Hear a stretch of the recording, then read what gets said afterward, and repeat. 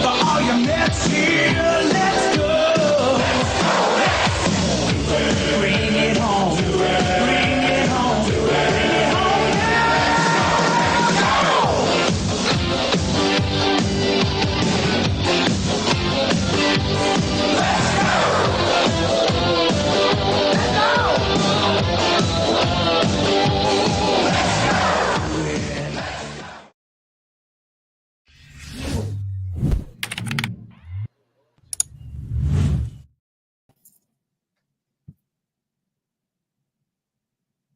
What's up, Mets fans? Welcome back to the first Mets RoundTable Podcast right here on Talking Mets at Rob and everybody's channel that is here today. So we're going to go around the table and talk to everybody, get everybody's intro, everybody is up on the channel, and of course, we're going to talk about our goddamn New York Mets. Of course, the Mets record is 31-35, another debacle of a series against the Pirates. And of course, don't forget to please hit on that like button and subscribe to all of our channels.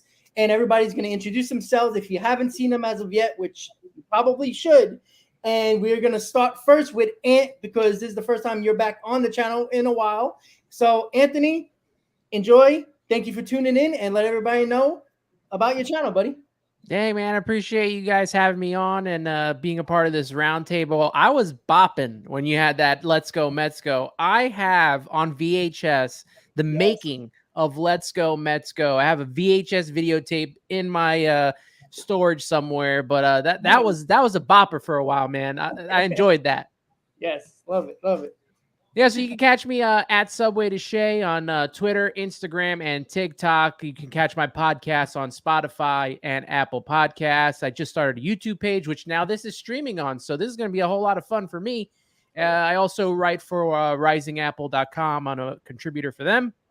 And yeah, that's pretty much it for me. Just excited to be here. Absolutely, man. So thank you for tuning in. And of course, Anthony will be one of the co-hosts on this podcast, a Mets RoundTable Podcast, as it is called. And we're going to go back to Chris and say what's up to Chris. Chris, how you doing, buddy? Well, appreciate you having me back on. Very excited to be part of this weekly podcast. It's streaming to my YouTube platform as well. Go follow me there and on Twitter at CPNY Sports. Talking Mets baseball, of course, that's why we're here today. Talking New York sports in general, Giants, Knicks, you name it. I'm covering it. Like I said, thank you for having me back. I know I was on last week, or was it 2 weeks ago now that we did the last episode? But regardless, yeah, it was great. It was great. Definitely looking forward to talking with you all, getting some different perspectives on the Mets, and appreciate it. All right, so there you go. Yeah, it's Anthony and Chris, and of course, most people know Hayden on the channel as well. But for anybody who doesn't know Hayden, it's all yours.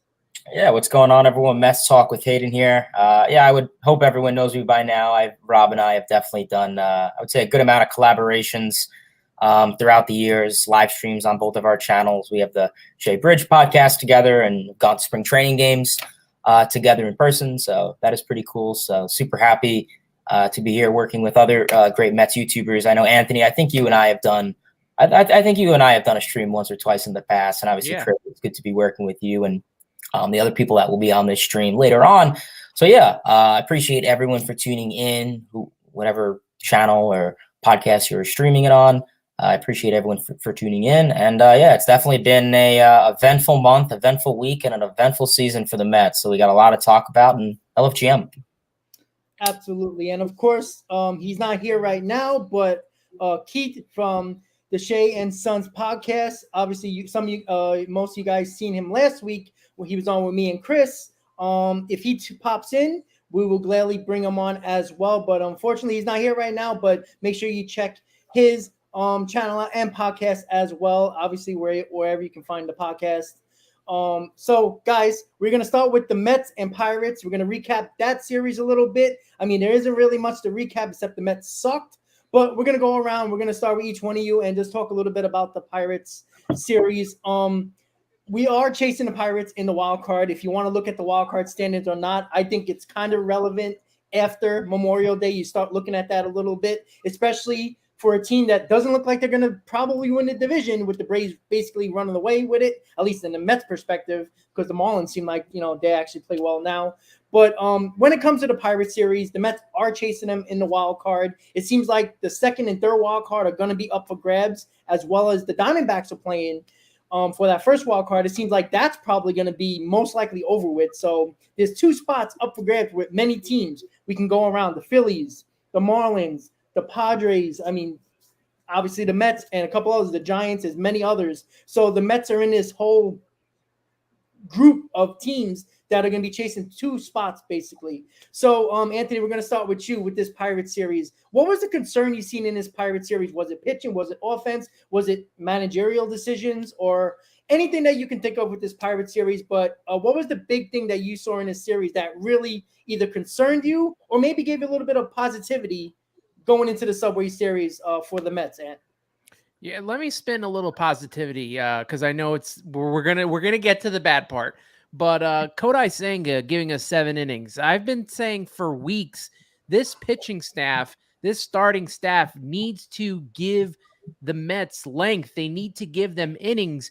And if they're giving up 4 or 5 runs a game, it already hurts the offense, because now the offense has to climb another hill, and they have to keep doing it as well when they go to the bullpen, which is taxed and tired. And, that has been the big problem all season long. Thankfully, Kodai Senga gave us 7 innings on the road. Let's remember how much his struggles have been on the road. He did pretty well in this game, like what I saw. And on the Sunday game, as much as they lost 2-1, can we at least give some credit to the Pirates on how well they're playing, and the fact that, Mitch Keller is a really good starting pitcher. I mean, I have him on one of my fantasy teams. He's no slouch. So that was not a game that, I look back and say, man, they really blew that one like they did against Atlanta in that 3-game series. So, there are positives to take out of this series. Obviously, Francisco Alvarez continues to rake, and it's good to see that as well, especially in Pittsburgh, which is I think that's more of a pitcher's park than a hitter's park.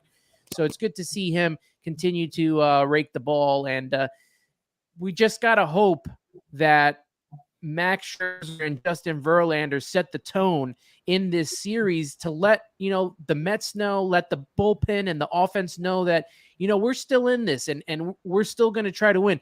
There is no doubt in my mind that the Mets can sweep this series, and they have to, I think.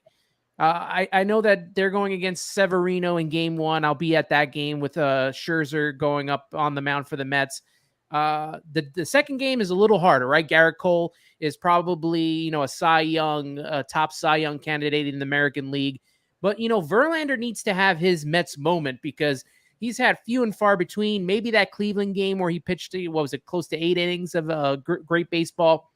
Outside of that, he has not been consistent enough. So if those two can set the tone for this series, maybe it could carry over to the St. Louis series. So let's see what happens with the Mets. It was a tough series against Pittsburgh, but let's all remember this is not, the early 2010s and, 2000 Pittsburgh Pirates. This is a good Pirate young team. So it was a tough loss series.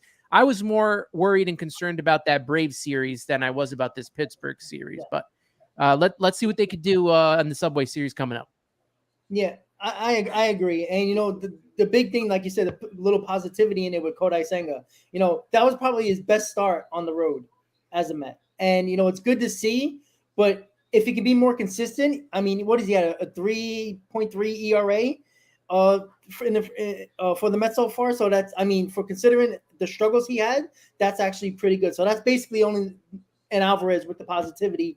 And like you were talking about with the negativity, it was a tough series with the Pirates. Unfortunately for the Mets, they lost 2 out of 3, but you just said it about the Subway Series, and we'll get into that in a little bit after we talk to Hayden and Chris about the Pirate Series and what their spin on it is. But yeah, when it comes to Chris, when it comes to the Mets and the Pirates, what is the positive you take out of that, and the negative when it comes to that series, buddy?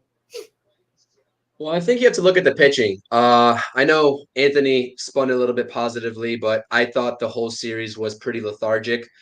Game 2 was pretty decent. I know the Pirates are a good team this year. Not many people expected them to be where they're at right now. That's an obvious. But the thing is, when you look at the New York Mets, I hate to keep bringing up the point of being the highest payroll in baseball, but regardless of how good the Pirates are or how much, how many wins they've been stringing together, the Mets should not be losing a series to the Pirates. They should not have been losing series to the Tigers, to the Rockies, and all those teams that the New York Mets, right? The big dogs should be the big dogs of the NL, right? They should not be losing these series. Positives to spin off of Francisco Alvarez, first and foremost, to me. He's been having an absolutely phenomenal season so far since he's been called up. Definitely, want to see how he progresses.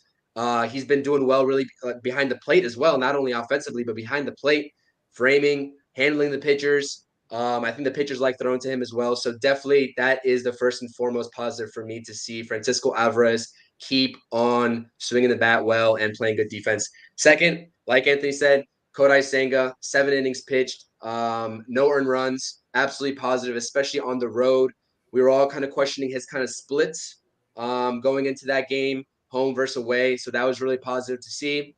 Brandon Nimmo and Tommy Pham. Also, I will bring up 2 positives as well. Tommy Pham over the last 2 weeks. I, first and foremost, have been ragging on Tommy Pham this whole entire season so far. If you've watched any of my videos, if you go back and look at any of my tweets on Twitter, I am not a Tommy Pham guy. I still maybe don't even think I'm not going to buy into the hype just yet, but I don't even know if he should have been on this roster. I wasn't a fan of the signing when it happened, but listen, over the past 2 weeks, I have it here. I think Anthony DeComo tweeted it out. 400 average over the last 2 weeks. He's got 8 extra base hits in 9 games, nearly 1,000 OPS. He's been playing phenomenal. I think I don't know if I had written down how many RBIs he's had in that span as well, but he's getting on base. That's what we need. Nimmo's working the counts. It's good to see from him as well. So those are a couple positives. But Tyler McGill, not good at all. Not good at all. Couldn't even get through 4 innings. And then Carlos Carrasco, who's been doing a little bit better. Carlos Carrasco's been doing a little bit better, but couldn't get to that 5-inning mark. And that third game was just absolutely lethargic offense. But that's my takeaway. I thought that this was a prime opportunity to get back on track. Before the Yankees series, they didn't do it. Now, like Anthony said, we'll get to the Yankees Mets preview, but Verlander and Scherzer got to pick this team up moving forward. Yeah, absolutely. And it was disappointing. It was. I think a lot of us thought we can get back on track in Pittsburgh, even though Pittsburgh has shocked the world, basically, the way they've been playing. But, all we can do now is look forward to the Subway Series and hope that can turn us around, minus Judge and Alonso in this series. So it's going to come down to, the belly of each team. Basically that simple when it comes to this next series for the both of us, Mets and Yankees. But Hayden, your thoughts on the Pirates and Mets series? Any positives and negatives? Yeah, buddy. Yeah, it was a very frustrating series. Obviously, you're going into Pittsburgh, no expectations, no morale at all. You get swept in Atlanta. You go to Pittsburgh, and you, like everyone said, try to get things back on track. And the Pirates, before this weekend, obviously you lost the series to the Oakland Athletics.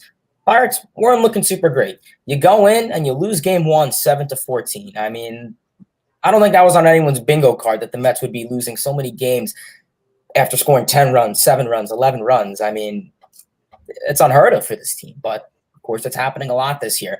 And you look at game 1 and Tyler McGill, and I cannot process what this New York Mets team and Jeremy Hefner has done to Tyler McGill. They have absolutely ruined him. A 6'7" right-hander. He's a big dude. Currently sitting on 16 to 18 inches of drop on his fastball.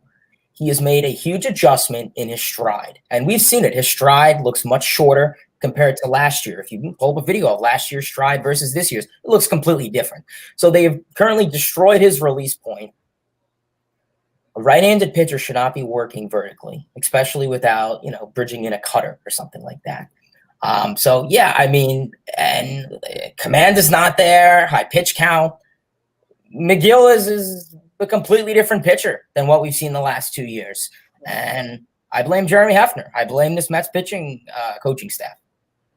By far, he has been arguably one of the worst guys to go out there. I have zero confidence in McGill. He had that one good outing against Toronto, and otherwise he's been arguably a horrible pitcher. And I wouldn't be surprised if the Mets, put him, with David Peterson down in AAA, because he needs to work on that command and go back to that old stride. And you notice in the Toronto series, he had the longer stride, very similar to last year. And I pointed that out, but then he goes back to it in Pittsburgh. So, I don't really know what the big deal is with that. McGill, horrible. Obviously, when pitchers don't go deep into games, pretty hard to win a ball game. We talked about it. This bullpen is overtaxed, and overused. And we're seeing that obviously plenty. Game 2, you won. Good fashion. What was it? 5-2. That's what the Mets did a lot last year. A lot of save situations. This is a team that is a good average lineup, but heavily relies on starting pitching. And Kodai Senga, like you guys said, tip of the cap to him. 7 innings. When the Mets go out there, quality starts, go deep into ball games, pretty good chance you're going to win. And you saw it with Senga. He looked good. I think the command of the strike zone, the walks are definitely still a concern. I think that's something that he is going to have to work on, develop. I think it's just the new baseball for him. I think it's kind of just it's a complex thing for him to kind of work with. But I think that's just kind of a work. I think that's just kind of a thing that he's going to have to work through. Just an adjustment period, I guess, to MLB and a new baseball. But looked good. Phenomenal stuff. The ghost fork ball is going more in the strike zone, both sides. So a lot of swinging and misses. And even if they're not swinging, it's still being rung up as a strike. So the ghost fork and the fastball, 2 great pitches from Senga. And he's actually throwing a little bit harder. If you notice, he's starting to go on the clock, 98, 99. I think he had one pitch that was 100. So, yeah, his velocity has been up there. And you look at Game 3, Carrasco, whatever, not bad, but not good. I blame the Mets offense more than Carrasco, of course. But, yeah, hopefully Carrasco could pick it up. We know that he had the bone chips removed, so hopefully that'll be a little positivity from him there. The velo dip is still a concern, but that's something that's going to be looked at throughout the season, of course. Offensively, the team was decent. Obviously, you scored 7 runs, still lost. You scored 5 runs and then 1 run. So, this offense is by no means inconsistent. I guess general takeaways in terms of positive versus negative. Negative, where do I start? Tyler McGill, inconsistencies offensively. I don't know what Buck Showalter has against Mark Vientos, but that's definitely something that needs to be talked about. In terms of positives, I'd say Francisco Alvarez, his power is definitely on another level. Defensively, he looks good behind the plate. The framing metrics, the defensive metrics, they love him. Arguably a top 5 catcher in baseball right now. Offensively, he looks good. Alvarez has been a bright spot. Nimmo, Tommy Pham as of lately. And other negatives is the defense. This team has been looking very sloppy, you've noticed. And I don't know if that's because they're losing and now they're taking it on the field. You see Lindor caring more about his Gucci glove and his sunglasses than, making an inning double play that later gives up 5 runs.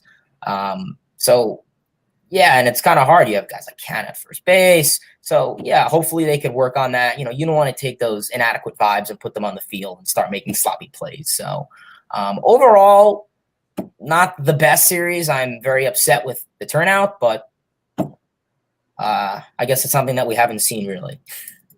Yeah, exactly. So again, it comes back. I've been beating the drum on this a while, and I've got killed many times on Twitter. Me and Hayden had back and forth with it when it came to offense or pitching. It's been a big topic of conversation, and I've been saying it for a while, and I think it was at Game 35, I think everybody was complaining about the lineup. Bring up this guy, bring up that guy. The lineup sucks. And then I showed Hayden how many games they actually scored 5 runs or more, and they lost a lot of those games because the pitching wasn't doing the job. I'm sorry. When you have 3-run leads in each one of the Braves series, you got to win 2 out of 3 of them. I'm not saying you have to win all of them because pitching falls apart every now and then. That's expected, but it's not the lineup anymore. And I see people keep on going on about the lineup. Like the other day when we lost against the Braves and what was it, 13-10. Like you score 10 runs, you got to win that ball game. I'm sorry, find a way to win that ball game. I'm not saying, unfortunately for the Mets, Tommy Hunter was our savior in that aspect and ended up being a complete disaster. But it comes back to the same thing. It's pitching, and everybody brought it up. It's something about the pitching. 17-1 when our starter goes 6 innings or more. That's not a coincidence. And just think, that's only 17 times this year that actually happened. I'm sorry, 18 times this year that a pitcher has gone 6 innings or more. That's a huge problem. And until that gets figured out, if at all, this team's going to struggle. I don't care what type of lineup you have. Give me any lineup you want in Major League Baseball and let me know how many games they actually win when your pitching staff doesn't give you length. Because you can have the best bullpen and the best offense. If your pitcher only gives you 4 innings, that means the other 5 innings has to come from your bullpen. And not everybody has 5 guys out of their bullpen that they trust. And that is the problem that is continuing with every series the Mets play. Even, the Rays series, you go back to the Cleveland series. If it wasn't for the Mets offense, they would have been in trouble. And, they pitched well, but not good enough. And I don't think they pitched necessarily bad in the Braves series or even the Pirate series for the most part, besides McGill. It was an error here. It was, one pitch here. It was basically, it seemed like it was always 1 inning in the Braves series and recently the Pirate series. 1 inning completely blew up the whole game in almost each and every one of those games. And that is the huge problem. If pitching starts pitching better, give us length. Carrasco, what do you expect from him? 5 innings, I always say it. 5 innings, 2-3 runs. I think you can't ask for more than that. Everybody else, Verlander and Scherzer got to step it up. You can't have what happened in the Braves series. That can't happen. Especially, look who we got in the Yankee series, Scherzer and Verlander. It's supposed to be your aces of the staff. Get it done. There should be no reason why the Mets don't beat the Yankees. They got nobody in that lineup. Stanton struggling. And I want to get to the Subway Series preview in just a second. The Yankees don't have Judge. They are a one-man team. Right? They're an under 500 team when Judge is not in the lineup. Beat this team. I don't care if it's Severino, who hasn't pitched well in his last 2 starts, and his fastball miles per hour is down 3 or 4 miles an hour. So whatever it is that's bothering him, hopefully it continues tomorrow. And then Garrett Cole, who's been very good this year, but has starting to give up home runs again like he did last year. The Mets better win.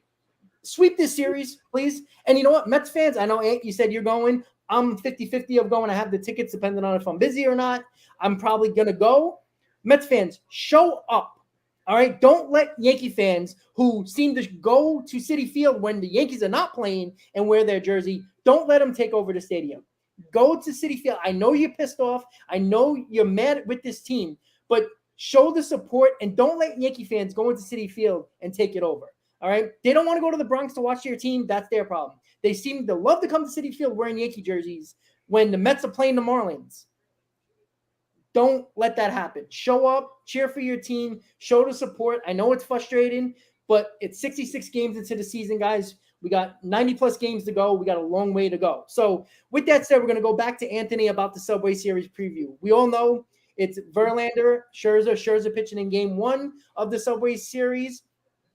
I think it's pretty obvious what the main thing might be. But again, everybody might have different type of opinions. But Ant, what do you think the Mets have to do successfully to win these 2 games in the Subway Series? Well, the 2 top aces need to pitch at least 6-7 innings. I mean, I'm not asking a lot from Verlander and Scherzer to pitch 7 innings. Come on. They have to for this team to win this. I don't want to see Dominic Leone in this series. I don't want to see Tommy Hunter's gone now. Jeff Brigham. I don't want to see Jeff Brigham. I don't even think I want to see Drew Smith. I've had enough of Drew Smith. He has been so overrated. He can't come through in a big position, in a big spot. He uses his slider too much, and that ball's getting lit up. He's got a great fastball. He doesn't use it. This guy was supposed to take the next step in maybe becoming your setup man and quite possibly a closer at some point. And the dude has not taken the next step. So, I need Scherzer and Verlander to go at least 7. That way you can bridge it to, a Raley, Robertson, or I guess Ottavino, who has not had a great season either. But I have more trust in Ottavino than the rest of that bullpen outside of Raley and outside of Robertson. So please, Verlander, Scherzer, go 6, go 7, because Garrett Cole's probably already going 7, especially against our lineup. So that game's going to be close if Verlander can keep it close. And it's about time we see a shutout from one of these 2. I mean, how long has Scherzer been on this team and has had the struggles as of late? It's time for him to get himself in order. And I don't know, they're without Judge, but we're also without Alonso, and Alonso's a big part of this offense. Without him, you're asking Francisco Lindor to kind of be that like sole leader of the team. And I don't know if he's, up for that challenge. I hope he is. I believe he can be, but and if it's going to happen, and if he wants to get, 100% of the Met fans on his side, this is a big start to doing that. Besides him, the only other power source is Francisco Alvarez. So you're just counting on those two to get a big home run in one of these games or both of these games. So that's going to be pretty much your offense unless they play some small ball. I know CP mentioned Tommy Pham, who, he's playing to what he's supposed to be, right? He's a backup outfielder batting .245 with a little bit of pop. That's what we expect of him. That's what we expected he was supposed to be all season long, and he's finally producing. The fact that him and Mark Canha are kind of doing this platoon thing and it's working, keep doing it. And right now, with Alonso out, Vientos should be getting as much playing time at first as possible to see if we have anything in him, one, and two, if we need to use him as trade bait for the trade deadline. So those are some of the key things that I'm looking for. And I hope that, like I said, this Mets team should be able to take 2 of these games from the Yankees. There's no excuses that they should not. They have the roster to do it. These guys need to start playing to the potential that we all thought they had on paper and on the back of their baseball card, and they need to produce and win both of these games come Tuesday, Wednesday. Yeah, absolutely. And you made 2 good points. The Tommy Pham Canha platoon has been working. Buck loves his veterans, so there should be no reason why he can't continue to do that. And you talked about Drew Smith. This was the step he was supposed to make, the bigger step. And that's why one of the reasons why this bullpen has been so bad, because when you get Raley, Ottavino, and Robinson, if Drew Smith would have taken that extra step, now you got 4 guys that you can, at least to start the season, you could have trust. Ottavino, I don't know what's wrong with him. I mean, he has a ERA over 4 right now, and that's worrisome in itself. But Drew Smith is a guy. But yeah, Tommy Pham and Canha, I think, are going to be the keys to this game. And you brought up Lindor as well, so it's actually 3 points you made up. Lindor has great numbers in the Subway Series. I checked them; they're pretty good, really good. We all know what happened in 2021. He kicked off his season, started to play better in that Subway Series his first time as a Met in 2021 with the 3 home run game. And then he played well the rest of the end of that season. And then we know what happened in 2022. I think Lindor is going to show up in this series. I know Hayden's just waiting to talk about Lindor. I know that's his favorite player right now. But yeah, absolutely. But I guarantee, I have this feeling that let's not have Jake Bowers and Billy freaking McKinney beat us, please. Look, if Stanton beats you, if Gleyber Torres beats you, fine. But there's no Hader, there's no Judge. We already kickstart Michael Harris's season. Let's not make it Anthony Volpe series. All right. It seemed like the guy who was struggling the most puts the most damage on the Mets. Harris did that in the Braves series. Let's not get Volpe started and having Yankee fans on WFAN saying the next Derek Jeter is upon us. So we got to win this series. All right. Win the 2 games. There's no excuse, as Anthony says. So, Chris, what is the key?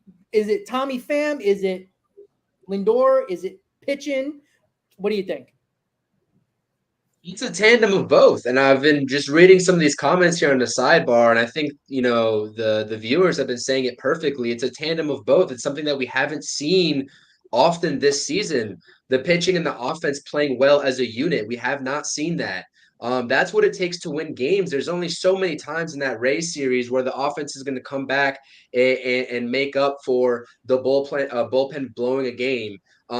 Everybody needs to play in tandem, and we just haven't seen that. And going back to that Brave series, I don't want to go back to it, but yeah, you're 100% right. If it would be one thing if the Braves just kicked the doors off of the Mets and they just kind of obliterated the Mets. The Mets could have legitimately won all three of those games.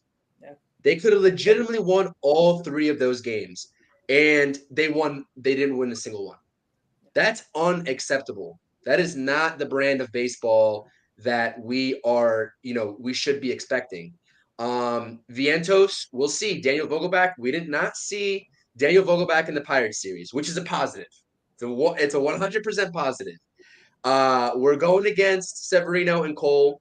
We'll see if Vogelback gets into the lineup. Obviously, I know Buck Showalter and whoever else is making those decisions from the top love their righty-lefty matchups. I know they love it. And I'm not so much a fan. I'm not so much a fan of it. That's one of the biggest justifications for why Vogelback's still on the team. I'm not quite sure if that I can you can positively say that, right? With the way that he's been going, he's been absolutely terrible. So we'll see. Vientos, a guy that I think we spoke about last week. I always talk about. I think the Mets are going to be parting ways with Vientos. Not sure if we really want to get into that today, but his slash lines in 15 games that he's appeared in so far this season has not been good. He was ripping the cover off the ball in AAA. They brought him up. They optioned Luis Guillorme back when. And if they just weren't going to play him consistently, I'm not sure really what the move really does. You hurt Vientos' trade value, and you just are not developing the guy. So that didn't really make sense to me, first and foremost. So I want to see him start playing more, but I just don't know if that's in the cards with Epler and Showalter inevitably running the show. We'll talk about David Stearns and the missing baseball operations, the Pobo, here in a little bit, I'm pretty sure.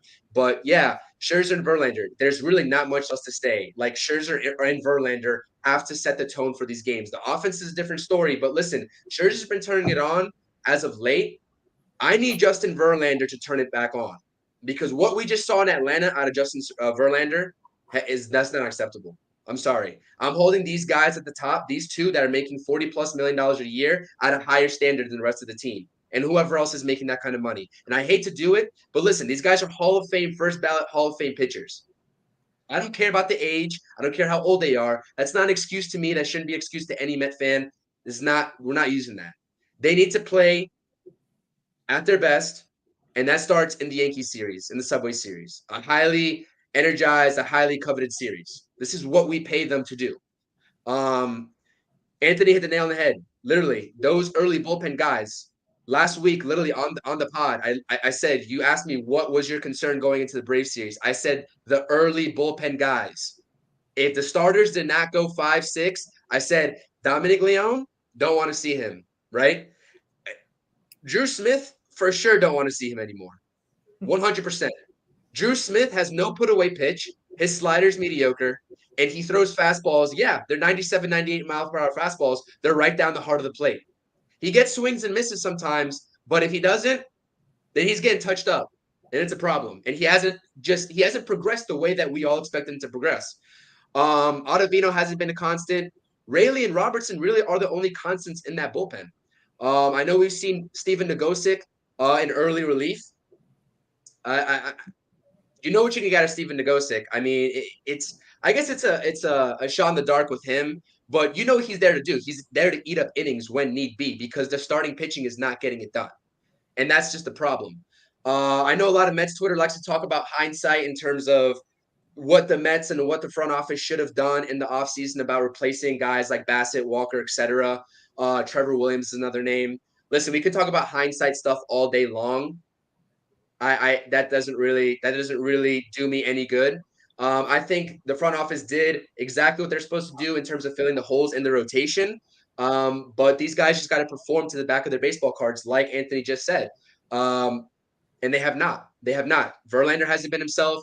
Scherzer's just starting to feel himself again. Like he's starting to get back to what we expect out of Scherzer. But early on this season, we haven't seen it. We haven't seen Quintana as well.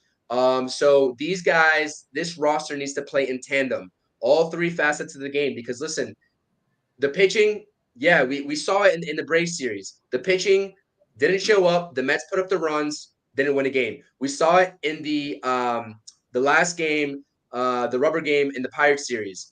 What happened? Carrasco in the bullpen got the job done. The Mets put up one run. It's just been that back and forth seesaw all season long. It doesn't make sense to me. So we'll see what happens in the Yankee series. Really expect them to win both. I think the Mets are in a better off position in terms of the rest of the roster without Alonso than the Yankees are without Judge. That's just my personal opinion. I think the Mets roster is more talented. I think we could all maybe agree on that. Outside of the Judge and Alonso kind of missing this series. So we need those guys, whether it's Canna, whether it's Pham. I don't care what sort of platoons, just not Vogelback. I'll just caveat that right now, not Vogelback. Vientos, Canna, Pham, whoever gets into the lineup, just please produce. And the thing is like when you do those, I will say outside of I will go against the point of making this sort of a platoon roster moving forward. That might be fine with the veterans like Pham and Canna. They can just come off the bench and put together productive at bats. But we've seen Vientos is not going to be able to do that as a rookie. He's not going to be able to do that. He doesn't have the experience to do that. And like I said, if you're not playing him every day, you're hindering him. And now the Mets are in a position to where what do you do with Vientos? What do you do with Vientos? Because obviously his trade value isn't what it was when he was in AAA. So that's going to be definitely something to keep an eye out for. But inevitably, my prediction, if I were to give one, I think the Mets split with the Yankees 1-1. Do we need these two games? Yes, 100%, because this month of June is brutal. It's absolutely brutal. You've got the Cardinals, the Astros are on there, Phillies are on there one more time as well. So it's not a joke of a schedule. We're in June now. We're in crunch time, and this team, it's not. Oh, it's only April. Oh, it's only May now. It's June. It's time to go. So let's see what happens. But yeah, I'm expecting two. But if I were to give a prediction, honest prediction, I'm here to give my honest opinions, and I'm not here to lie to anybody. I think they go 1-1 and split. So I'll pass it on to Hayden. Definitely curious what he has to say. Yeah, Hayden, go ahead, buddy. Yeah, I mean, obviously Mets are going home. Obviously, the last time they, won at home was, against Philadelphia, and obviously they just went back to playing like the garbage ball team that we've been seeing them play. It's going to be a very big series. Very big series. It's a rivalry, and regardless of that, you're at home to the extent, of course. Verlander and Scherzer, those are the two guys that need to produce. Verlander goes out there and gives you this 3 1/3, 6 runs. He is going to get booed off that pitching mound.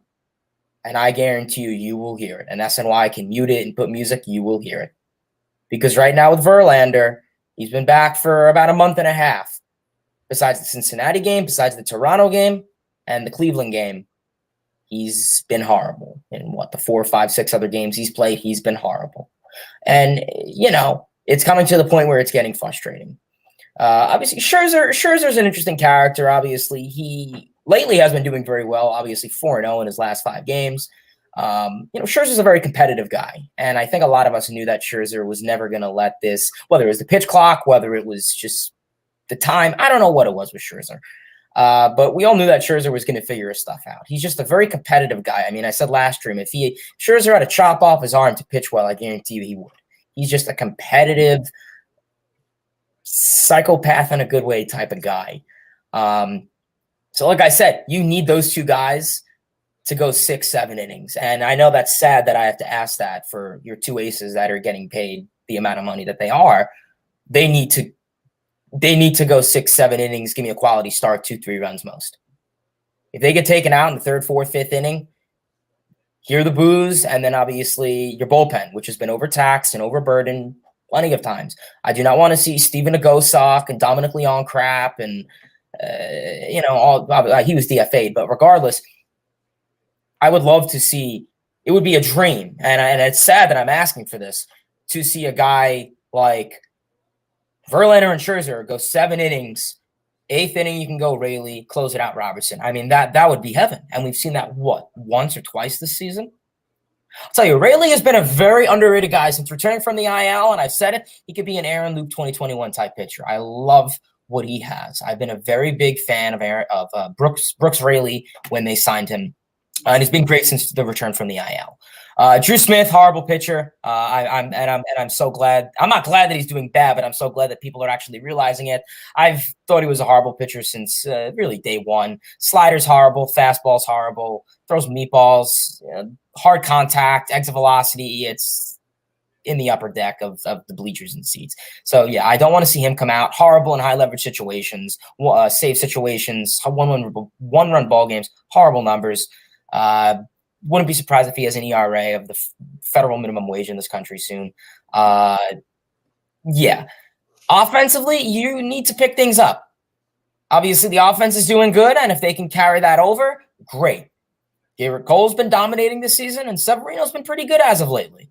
You need to score early on. This is a Yankees lineup that hits for power, where this is a Mets lineup that manufactures runs. Kind of like the Braves, power. And I don't want this team to go out there and, to score a run, you need 3 or 4 hits. I want them to show off power. And you are going to need that from guys like Alvarez, from guys like Lindor. If this offense can go out there and score you 5 runs, I think there's a decent shot they win, unless, obviously, the Mets bullpen comes into play. Score 5 runs, and I think most people would be happy with this offense. I don't want to see Vogelbach in the lineup. I would love to see Vientos in that lineup. And like everyone said, this is a guy that is still developing. Arguably, if the Mets weren't having the offensive struggles right now, or not even crazy struggles, but he would be down in AAA. The only reason he's up is because players are getting hurt, or you're not getting any performance from guys like Vogelbach, or really any other guys in your DH category. That's the only reason Vientos is on this roster. And he's a guy that's developing. And how is he going to develop when he's rotting on the bench, 6 out of the 7 days a week, gets 1 start and comes into pitch hit in the 8th inning once a week? Can't develop a guy like that. Send him back down, like everyone says. Send him back down, because I'd rather him play every single day. And everyone wants to call it Mauricio.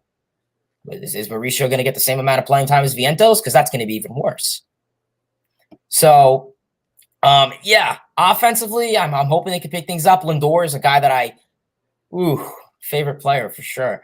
He needs to pick things up. He's been very sloppy lately defensively, and you could tell he is not happy. You see in the dugout, he's not giggity and smiling and happy. No, he's pouting. He does not look very happy. You see when he strikes out, he walks back to the dugout, nothing. He is not happy. He needs to pick things up. I don't care about his home runs. I don't care about his RBIs. Every other statistic, he's been horrible this season. I hate to say it. Average, OBP, OPS, WOBA. OPS, I want to say, is below 100, which is a league average. He needs to pick things up. And if he wants to be this leader captain that everyone claims to be, well, now would be a good time.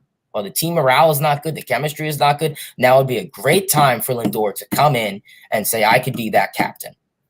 Because right now, at this time, I don't think it's Lindor. I easily think it could be a guy like Alonso or a guy like Nimmo. So, yeah, we're going to have to see how things go with that. But obviously, offense, produce, and Scherzer and Verlander. Those are the two. That's literally how are you going to win, Scherzer and Verlander. They need to pitch well. Point blank simple. Keep your pitch count favorable. Go deep into the game, and that's really all I could ask for. And it's sad that I'm sitting here in June asking for your 2 aces to give you 6-7 innings of a quality start. So, yeah, we're going to have to see how things go. It's going to be a big series. If, doesn't go well and fans are going to hear it, and you're going to see a lot on Twitter, and obviously the morale is going to go from here to, this team has already hit rock bottom, in my opinion. So we'll see how it goes. In terms of predictions, listen, I hate to be a negative Nelly, but I don't see them winning. With how this team has been, I don't think they're either – I could see their offense doing very well, but then their pitching not doing well, or vice versa. Cole's been great. Severino's been great, and this is a Yankees lineup who loves to hit home runs. And Verlander and Scherzer have struggled with the long ball bit this season. So, listen, yeah, I hate to be negative, but I don't think they'll win a game. I think they'll go 0-2. Oof. All right, so that's the prediction for Ant. What is the prediction for you when it comes to the Yankees and Mets? Prediction wise, I could see a 1-1 situation. I want them to go. Obviously, we all want them to go 2-0, and they desperately need to do that. But I think they can at least take game one. That's the most important game, right? Taking this first game, because you know that Garrett Cole's on the mound after that, and that's going to be a tough game to win, even with Verlander going, and we don't even have the most elite of Verlander we've seen yet. So take the game one. Scherzer's been pitching a lot better, even in the Atlanta game. He pitched pretty well with the 10 strikeouts. He got nibbled by those infield hits and some of those bloop hits that really screwed him over. And obviously he couldn't get out of it, which was something that he's done in the past. But, outside of, kind of falling apart there in the end, he had a pretty good game, and he's been, pretty solid coasting the last couple of weeks. I'm more worried about Verlander. So take game one, at least set that tone, and maybe you can come away with a game two. But if I had to predict right now with the way the team is, a 1-1 split is what I would take personally. All right. So Chris and Ann say 1-1. Hayden says 0-2. My prediction, like I said, we will talk about Scherzer and Verlander. It's going to come down to them. I honestly think no matter what the offense does, Hayden brought up 5 runs. I think 5 runs should win the ball game, but I could have said that against the Braves, and look what happened, right? The 2 times they scored over 5 runs or more, they lost both of those games. But I'm going to go with a split as well. I'm not trying to be negative or positive at this point, because I think I said this in game 2 of the Pirates series. They need to take it one game at a time. Mentally, they got to stop worrying about, down the road. They got to worry about one game at a time. You're at a point now where you're not playing well. When one thing goes right, 2 things go wrong, and it's a back and forth when it comes to this team. Nothing's consistent. It would be nice if you get a good pitching performance and the offense shows up. I mean, what did this happen? A handful of times this year. The New York Mets have to get back to what they're good at. Again, we've in this about 3.5 week stretch, we've hit more home runs than actually producing runs by, getting 4 or 5 hits in a row. So they've been hitting home runs. Everybody's been complaining about the power. They've been hitting more home runs. They've still been losing. So it's clearly not that. And I think if the pitching comes and shows up, and that's specifically Scherzer and Verlander, which, Amp brought up about Scherzer, what he had, 5 infield hits. That's ridiculous. Unfortunately, he shouldn't have blown up, and maybe it got to him. I don't know, but I think Scherzer is going to be fine. I think Scherzer, like Hayden was talking about, he's got that bulldog mentality, and you can cut off his arm and he'll figure out how to throw left-handed. He's just that guy. I think Scherzer is mentally ready to figure out everything he has to do on the mound. Verlander, I think he's mentally weak.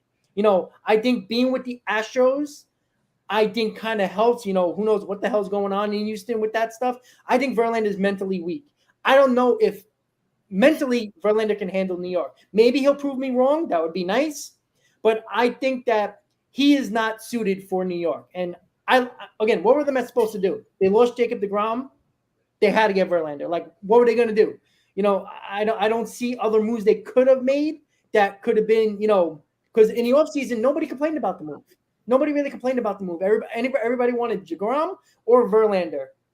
And it was either or. And again, it was kind of the right choice for Verlander because deGrom wouldn't be on the mound right now. So I think it's going to be a split. I think the Mets are going to win game 1, and I think it's going to be basically a high-scoring game in game 2. I think Cole's going to get rocked against the Mets. I don't trust Cole as far as I can throw him. I know he's pitched well this year, but if you look at his last 4 or 5 starts, he's given up a lot of home runs, and that was his big problem last year. I think the Mets are going to hit him. I actually think Severino is going to pitch well against the Mets. I think Severino and Scherzer are going to go through a pitcher's duel, and the Mets are going to win a close game. So split. So 3 of us have 1-1, and Hayden has 0-2. And listen, good? If we can find a way to win both of those games, if that doesn't kickstart you, then I don't know what's going to be honest with you. I mean, rock bottom was the Brave series. I don't even think rock bottom was the Pirate series. Rock bottom was the Brave series. You got walked off by Albies hitting that 3-run homer to end the game. That's rock bottom. Because I was watching that game and I couldn't fucking believe it. Let's be honest. I could not believe it. I felt like everything in my body just I just dropped. That's the way it felt. Really, that's what we had to watch and sit up and watch. I think this is going to be either the turning point or it's going to be the same old crap. And I do think that the Mets are not playing well. We all know that. But they played well at certain times where they should have won games where they found ways to lose. I think against a team like the Yankees, who are terrible with Judge out of the lineup, this is Scherzer and Verlander's game. If they can do that and take care of their own business, the Mets should win both of those games. But I am going to go with the split. So the last thing we're going to talk about today, there was news. I mean, this has been a story for 3 years now. David Stearns, president of baseball operations. There's been a lot of rumors that it's basically a done deal. It's going to happen once the season is over. And why the hell not, right? I mean, he hasn't won nothing in Milwaukee, but he's also been hamstrung by what he has done, been with financially in Milwaukee. But he's put good teams together with what he was able to do. So with David Stearns, and I'll get everybody's opinion on this, again, why not, right? Him and Billy Epler are good friends. So for anybody who think that David Stearns is going to take over the entire operation, he will be the main guy. But Epler's probably still going to be here. I believe that fully. They're friends. They know each other very well. I doubt David Stearns is going to get the job and then fire Billy Epler unless he believes that Billy Epler is garbage, even though they're friends. That's a story for another day. But with David Stearns, again, this is down the road in the offseason. But I'm going to start with you, Hayden, since we've been going around. Sure. David Stearns, why not, right? I mean, what's the worst that can happen? He's not good either, but he also has not won anything. So, Hayden, what are your thoughts about David Stearns coming POBO? Yeah, I mean, I think David Stearns is a very fascinating guy. He's been a guy that I've been very fond of the last 2-3 years. He was a guy that I wanted before Billy Epler came into play. What I find interesting about David Stearns, and like you kind of hinted at it, Rob, is the success that he's had with the limited amount of funds. You could argue the Brewers are a Moneyball type team. They don't spend a whole lot. They don't have a lot of huge contracts. Rely heavily on their pitching and a decent lineup around them. He's been a guy that was responsible for Freddie Peralta, Christian Yelich early on. Correct me if I'm wrong. I think, Rob, you and I discussed this. David Stearns was the guy back in, was it 2015 that originally wanted Zach Wheeler from the Mets. So, I mean, that really goes to show you a lot. He's been around in this ballgame for quite some time. And I think if you look at David Stearns, I like that mixture of that Moneyball and analytical mentality. And I think that's something that this team really needs to go a lot more on, is the analytics and the farm system. Where, Billy Epler, everyone says, oh, Epler's very into analytics. He's very into the farm system. You think? I mean, personally, I don't think Epler is a very big prospect hugger. And, I'm not asking to be a prospect hugger as much as I love prospects. I want a mix. And I don't think you're getting that with Epler. I think it's pretty much free agency and trades. Obviously, I mean, it took them the fans going off on Twitter to finally call up, 3 of your prospects, and really only 2 of them are being played. But with that said, I really would like to see David Stearns. Someone hitting down the chat, he is from New York. He's a New York native. So that could be something. He's friends with Billy Epler. And the fact is, he's the president of baseball operations. Obviously, he'll have most of the say. I think Epler's job will still be in play, unfortunately, but he won't have a majority of power. And I think that is a good thing. I think Billy Epler is a tool. I think he's a moron. I really don't think he's very intelligent. And I'm not surprised that he never won anything out in Anaheim. He's been a manager that has failed, or he's been a general manager that's failed for the last, 5 years, Billy Epler. Regardless, not talking about the Mets with the Angels, of course. So, yeah, I think that would be a decent mix.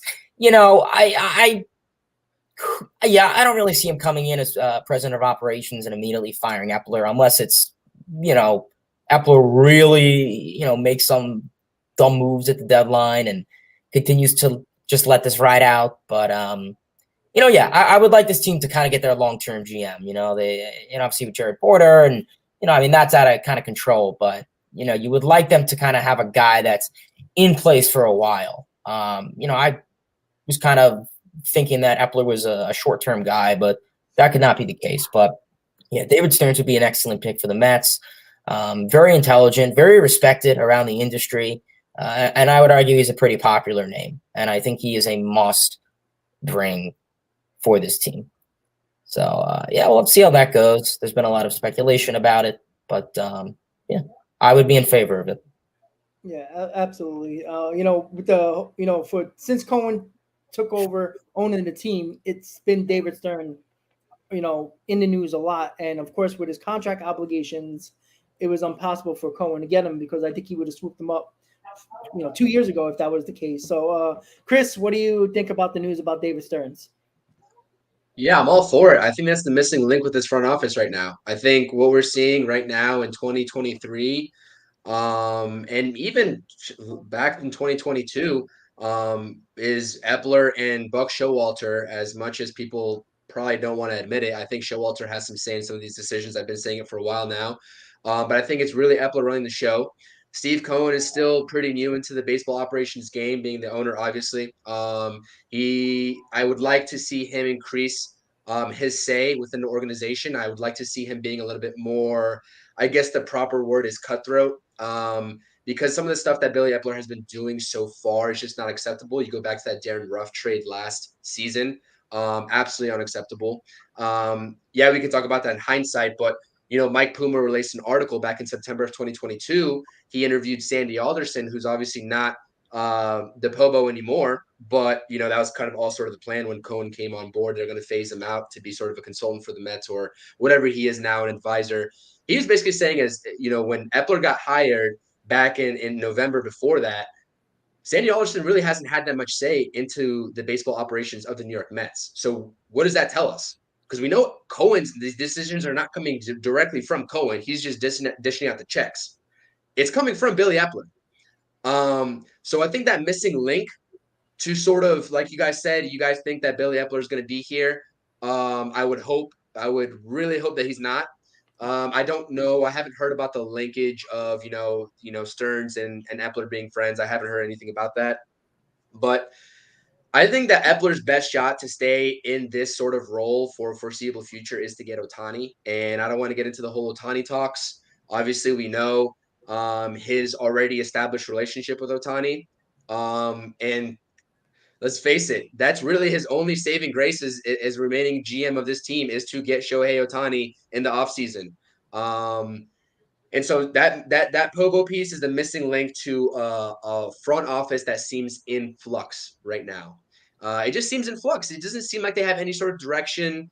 Billy Epler's kind of running the show. Does anybody here trust Billy Epler? Because I sure as hell don't. I'm going to tell you that right now. I don't trust Billy Epler. So I don't know what's going to happen. Stearns, obviously, Hayden said the Yelich deal in 2018. Also conducted the Willie Adames deal in 2021.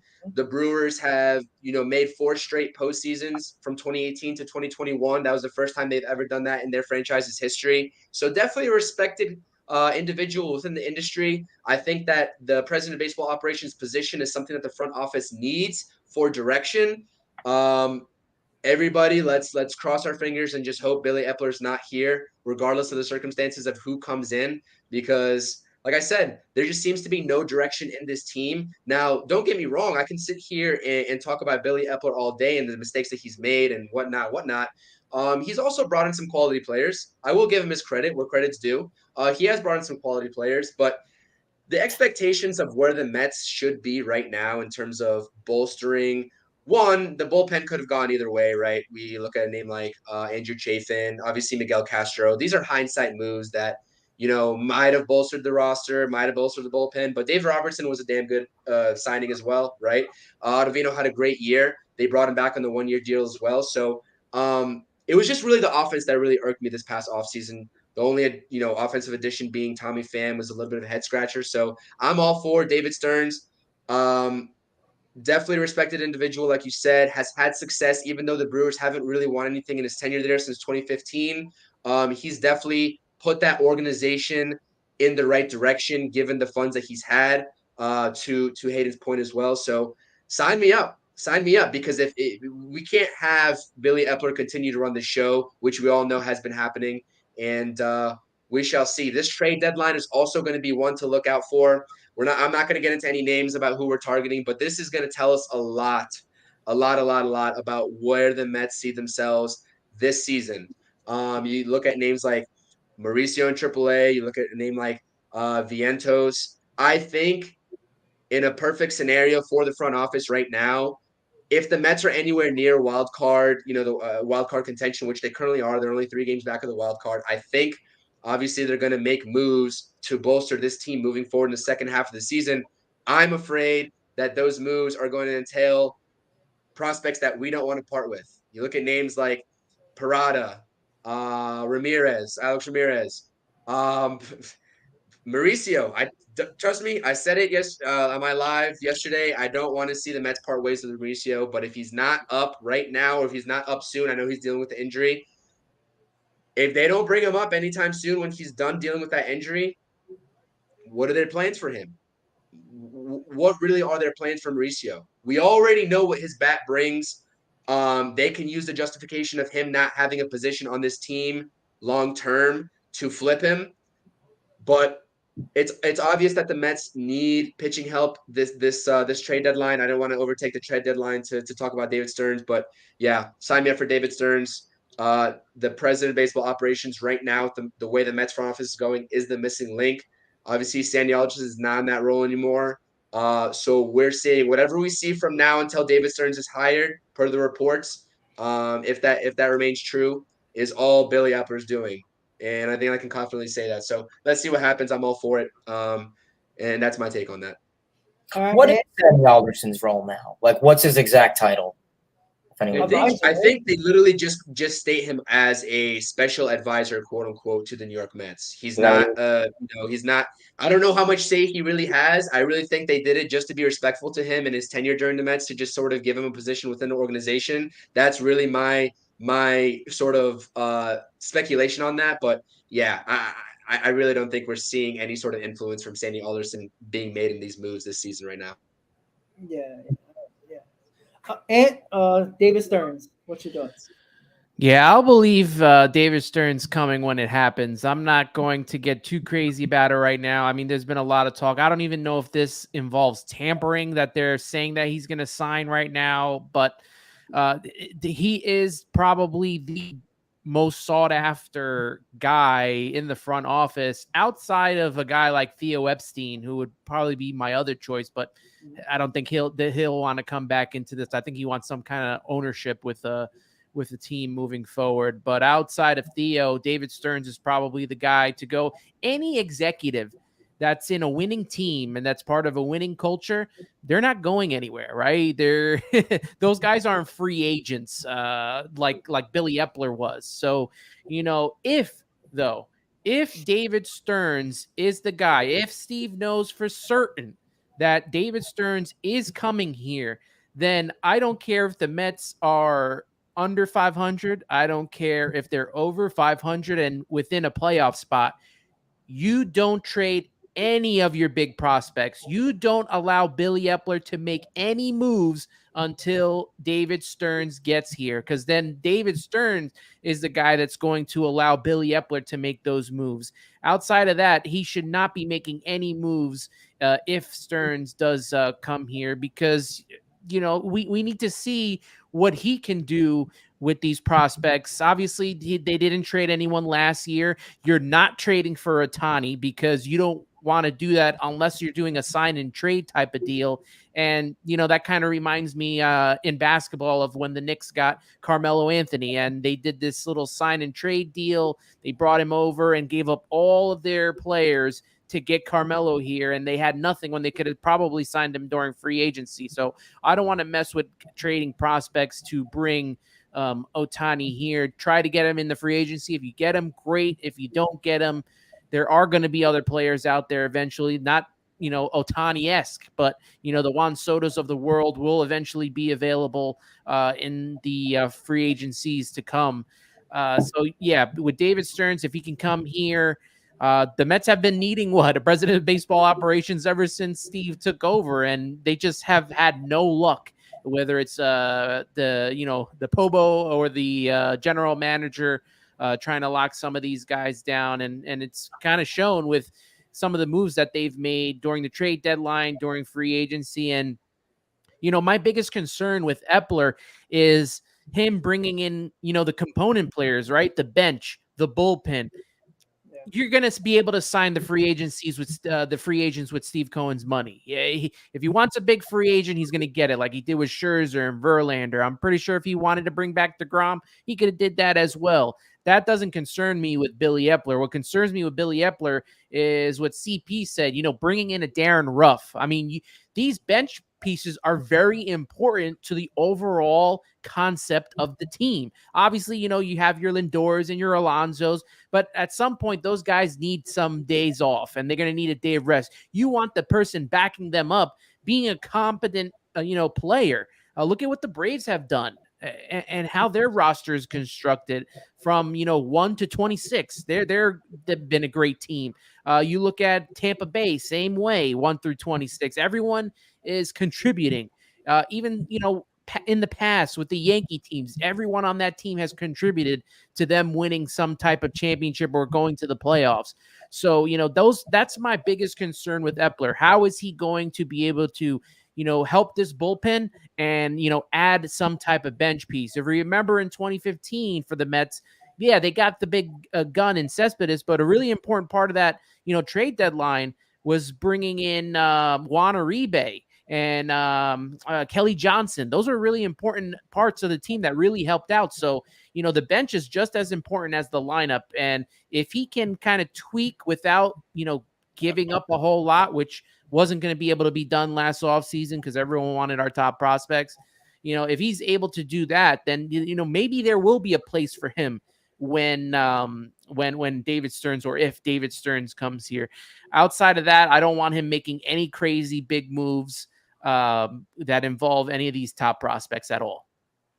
And real quick, just to build off of that, who is the guy who runs the checks and balances on that? If Epler goes and says, I'm looking at this player, they really want XYZ from the minor leagues. Let's go ahead and let's make the deal, send him over. This looks good for me. It's Steve Cohen. So as much as a nice guy that Steve Cohen is, and I know that he tries to, please everybody, and we don't really know exactly what goes on in terms of the communication up top. Steve Cohen, if he sees anything out of the ordinary, this is his team at the end of the day. If he sees Epler trying to make a move and parting ways with a guy like Ronnie Mauricio or Kevin Parada for a deal that's just simply not worth it, which, let's face it, we just all agreed on pretty much. The only trade that would be worth it is a sort of sign and deal kind of thing with Ohtani, if you know that he's going to be signing that extension. Steve Cohen needs to halt Epler in his tracks. He has full power to do so. And I just want to know, obviously it's never going to come out what the communication processes between all these guys, whether it be Showalter, Epler, and Cohen are right now. But I need to see a little bit more. I guess the only way we're going to see is from the reporters, but like a little bit more grit, a little bit more cutthroatness. And that's kind of what I wanted to add on to that. But yeah, that's my point on the Steve Cohen kind of thing. Yeah, I know everybody, talking about Epler, like Cohen has full reign of the prospects. He talks about wants to be the East Coast Dodgers, how they continue to draft good, spend money, but continue anytime they needed somebody, they go in their farm system and they can bring somebody up. That's what Cohen wants to do. So I don't think Cohen's going to allow Epler to make that. I wouldn't say stupid trade because that trade could actually benefit the team. Who knows? But it could hurt your farm system. I don't think Cohen's going to do that unless. Cohen's getting a lot of heat this year, and Hayden talked about it a couple times on our shows. Cohen's getting a lot of heat from Mets fans this year. Yeah, we love him, but he's been getting a lot of heat towards him. Everybody's saying, "Where's Cohen on Twitter? Where is he?" He's going well. He's nowhere to be found right now. And you don't want them to make that I guess unpopular move or that move that like a panic move. Where, Epler feels like his job might be on the line and say, hey, Steve, listen, we got to do this, right? We can't not make the playoffs this year. What if, I said this for 2 years now. I always felt like Ronnie Mauricio was the biggest trade chip in the Mets farm system. I said that for 2 years. I still believe that. I think that's the reason why, not just the injury that he had with his ankle. I truly believe they don't want to bring him up because the biggest trade chip in their farm system is Ronnie Mauricio. And I've said that for a while. And I think they don't want to bring him up because if he struggles and if you're going to play him and he's going to struggle for a month, right when that trade deadline comes around, the Mets have basically nothing to give up. They don't got no pitching to trade, which every team is always looking for when they trade for young guys. I think Ronnie Mauricio is a huge trade chip for the Mets. And I see it this way. I said this last year. I never worry about 2024.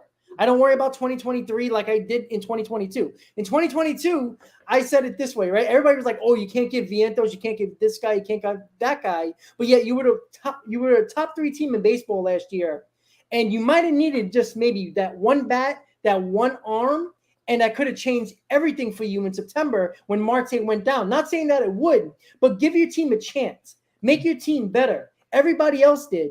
And then you stood basically pat with the Vogelback and Ruff and Givens and Naquin at your deadline. So I see it this way. If there's a move out there and a team wants Ronnie Mauricio and this is a big bullpen arm, or is that a bat that we might need, or maybe even a mid-level starting pitcher, and they're saying, we will give you this guy for Mauricio. If it's going to help this team, I will do it because I don't know where Mauricio is going to play. You can DH him, fine. That's understandable. Okay. Now, I think it's a situation where I think Vientos is more of a positionless player than Ronnie Mauricio. So I could see Vientos being a DH guy every single day. With Mauricio, I don't know if he can just be a DH and, sporadically play defensively because he does have a ton of errors in the minors and it really hasn't changed. I know they've been changing his positions, everywhere. He's going to be playing left field, maybe at some point, who knows? But I still believe it. Ronnie Mauricio is the biggest trade chip in the Mets farm system. And I wouldn't be shocked if Epler feels like he's on the hot seat and Steve Cohen is feeling the heat from Mets fans. That rational thinking that Cohen might have about building a farm system, as he said in his opening press conference, owning a team, that can change really quickly when the fan base turns against you. We've seen it with the Wilpons. I'm not saying Cohen is the Wilpons by far, but owners, he's going to feel pressure at some point, because this has been a happy ride for him lately. He's been loved by Met fans. Every time, with the retired numbers and the Hall of Fame and just the good things for the fans, more giveaways and all that fun stuff. That's all great. But there's one thing we want. You know what? Take away all the damn bobbleheads. I'll give them back if we can win a World Series. How about that? So Cohen is feeling the heat right now. And if he thinks that Ronnie Mauricio and say, I don't know, Jet Williams or Kevin Parada can get you Ohtani, not saying it would, I'm just saying. If Ohtani's available and he says, we want those 3 guys, I might do that without the sign and trade. The reason why I say that is because Alvarez has shocked the world. Nobody thought he was going to do this. I even brought it up on my channel, and I got egg on my face. I thought Kevin Parada was going to be our starting catcher at some point, not Francisco Alvarez. Again, that can all change because we saw what Gary Sanchez is, not saying that Alvarez is going to be that guy, but you've seen guys have one great year and then fizzle out. So, again, that might not be Alvarez, but I do think if there's a way to keep a couple of guys in your farm system and not get rid of your younger pitching prospects that are still in lower A, and of course Vasil just came up to AAA. If you can hold off on those guys, I would be willing to give up a couple of guys if it is for Ohtani, not for a mid-level guy. That would be stupid. That Epler should be fired on the spot. But I do think Ronnie Mauricio, as everybody's been bringing up his name, is the biggest trade chip in the Mets farm system. How we're going to use him, I don't know. If he can benefit the team, bring him up. We'll see. But again, messing up his trade value could hurt us more at the trade deadline. Because if the Mets, roll off 10 in a row, I mean, that would be a shock. But if they roll off 10 in a row, there would be 41 and 35, right? And it's getting closer and closer to July, and we're looking better. Don't you want to better that team, or do you just want to stay pat? And I hate staying pat. We were the 3 best teams in baseball last year, record-wise, and you didn't make that team better. And that pissed me off to all hell because you can never guarantee what's going to happen in 2023, right? Everybody wants to worry about future, but this team hasn't won since 86. 2022 could have been our year if we made the right moves. We didn't make the right moves. And it cost us last year. And now, what do we have now? Because the future is here, 2023, right? And we're 31 and 35. If we don't turn this around, you wasted last year, and now this year is a dumpster fire. So I think, Chris, you were going to say something. Yeah, buddy, I saw your. Yeah, I wanted to pose a question then because I said that I honestly think that there would be willing to trade Mauricio this year as well. I'm not a fan of that, but I know you disagree. I think that's where we have our difference here. I wanted to pose a question to you because, listen, I think trading Mauricio for a bullpen arm is out of the question 100%, but maybe it depends on the type of deal. I could see maybe a starting pitcher, a high-end starting pitcher. We could potentially, if we really, if Epler's itching, if he's just scratching his skin, it's like I need to make a move. All right, Mauricio, hypothetical. I want to pose this to the group. Mauricio and a trade package for Shane Bieber. You doing it? Yes or no? No, I don't like Shane Bieber. Personally, I'm not doing it. I'm not parting ways with Mauricio at all because I value his power and I value his switch hitting. The position stuff can be figured out later to me. I fully understand that aspect of it, but for me, I'm not parting ways with him. But just say that's the hypothetical. Bieber for Mauricio, maybe not even straight up, but those are the headliners of the trade, and then maybe cash considerations or whatnot. Yes or no? Shane Bieber, no. Only because his velocity is down and he hasn't been the same pitcher over the last couple of years. So that worries me. Again, maybe changes scenery makes all the difference in the world. You've seen that many times with players. I wouldn't do that. But, I mean, if we're playing better and maybe Shane Bieber can be that mid-level rotation guy and maybe find that ace-like stuff again, maybe I would do that. But it has to be a straight-up trade. I don't want to give 2 or 3 prospects. If it's Mauricio for Shane Bieber, I might think about that. Only because if that's what we need and we're playing better, I think you can't be shy about making a move. And I think that's the biggest problem. Epler is scared to make moves. And Cohen might be the same way. He might be gun shy and making moves to make this team better. That one move can win you a World Series. Again, we've seen it many times, right? Jorge Soler and Eddie Rosario, 2 guys that are mid-level players, basically made the Braves a team without Acuna, and one of them were World Series MVP. It only takes that one move. It's that Yoenis Cespedes move. And again, that's not, Shane Bieber might not be that type of player because you pitch every 5th day.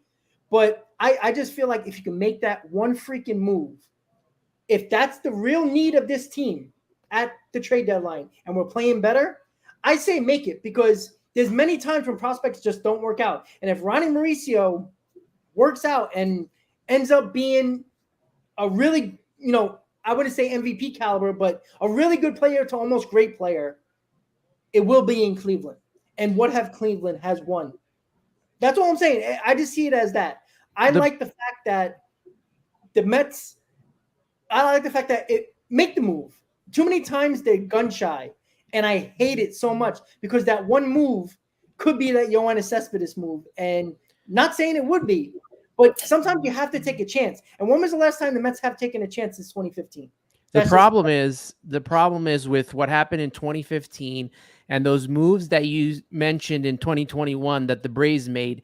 Those were moves that were made before the new playoff format. Now with this new playoff format, more teams are still in it by the time we get to the trade deadline. So if you want any of those pieces that you think that they're fringe playoff pieces, fringe teams in the playoffs, they're going to require and ask from you more prospects and more top level players than what was happening in the past. So you're not going to get Shane Bieber for Ronnie Mauricio. They're going to ask you for a whole lot more players. Same with, a Corbin Burns or whoever else top starting pitchers are that are out there.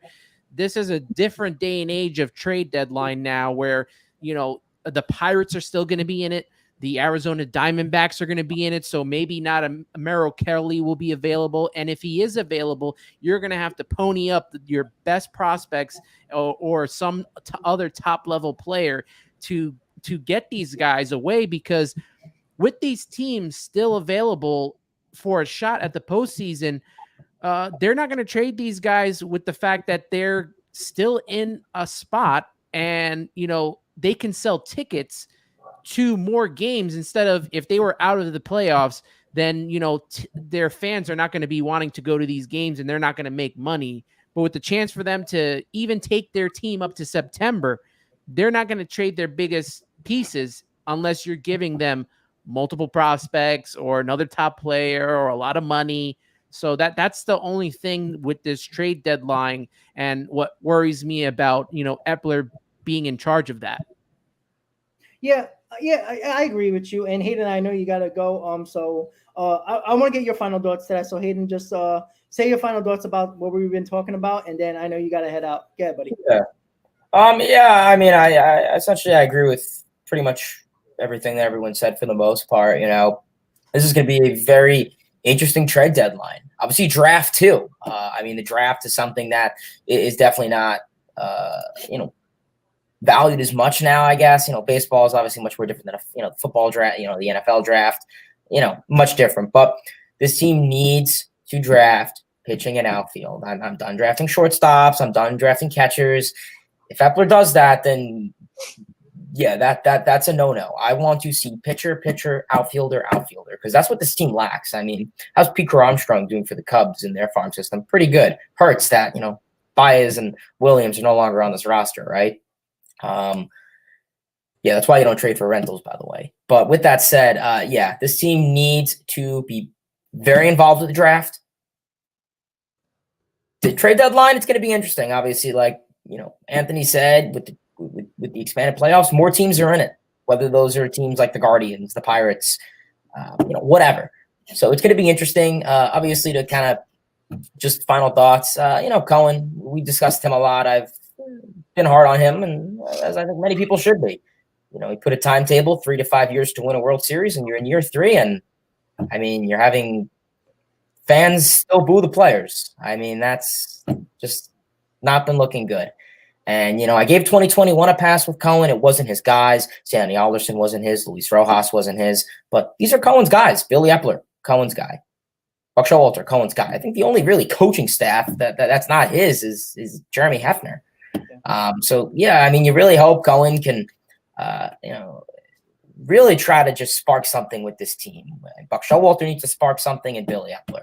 So, yeah, it's going to be an interesting draft, interesting deadline. All right, Hayden, just say what you're going to be doing with your channel, and then I'll head it over to Ant and then Chris to finish it up. Yeah, Mets Talk with Hayden. Appreciate everyone for tuning in on whoever channel you're watching on or podcast of some sort. But yeah, Mets Talk with Hayden, live streams, videos, Mets series recaps, previews, all that great stuff. Yeah, I mean, that's really all I got. It's been a rough month. But hopefully things could be turned around soon. We will have to see how that goes. Obviously, Rob and I are doing the Shea Bridge podcast, and then I am streaming on my channel usually twice a week for the most part. So definitely tune in if you can, and super excited to move forward with the Mets RoundTable podcast. Definitely feeling pretty hyped and excited for this. And LFGM, let's go Mets. All right, Ant. So what do you got going on with your channel, buddy? Yeah, I got a podcast coming out tomorrow, kind of a preview for the Subway Series. That should be up probably a little bit after midnight. You could probably listen to that tomorrow during the day and get yourself ready for the Subway Series. I'll be at the game tomorrow night, so looking forward to that. And that's why I hope they win game 1, because I don't want to see another loss.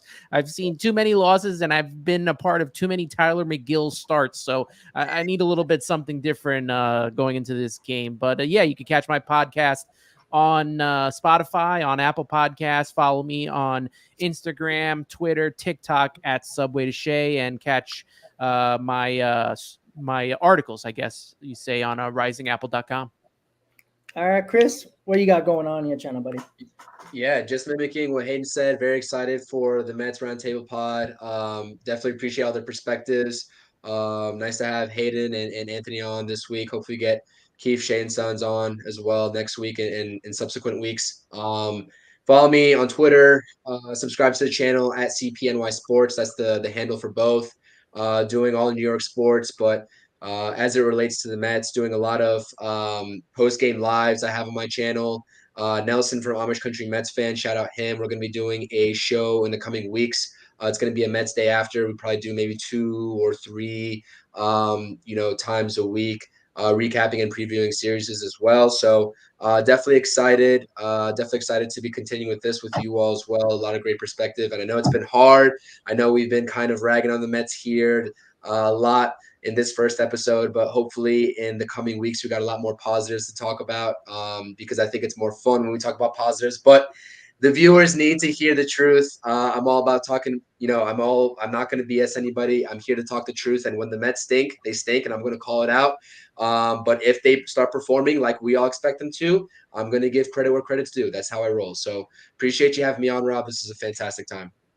Absolutely, guys. So make sure you subscribe to their channel, guys, their podcast, all that fun stuff. Great content all around. So once again, guys, thank you for tuning in to the first Mets Roundtable pod of the season. And we'll be doing this weekly on Mondays. Again, everybody will be changing depending on schedules. They got their own content they got to put out there as well. So once again, everybody, thank you for watching. Again, let's go Mets Subway Series next 2 days. So Mets fans, show up at Citi Field. Do not let them Yankee fans take over Citi Field. So with that said, everybody have a good night. Let's go Mets. I'll see everybody next time. Good night, guys.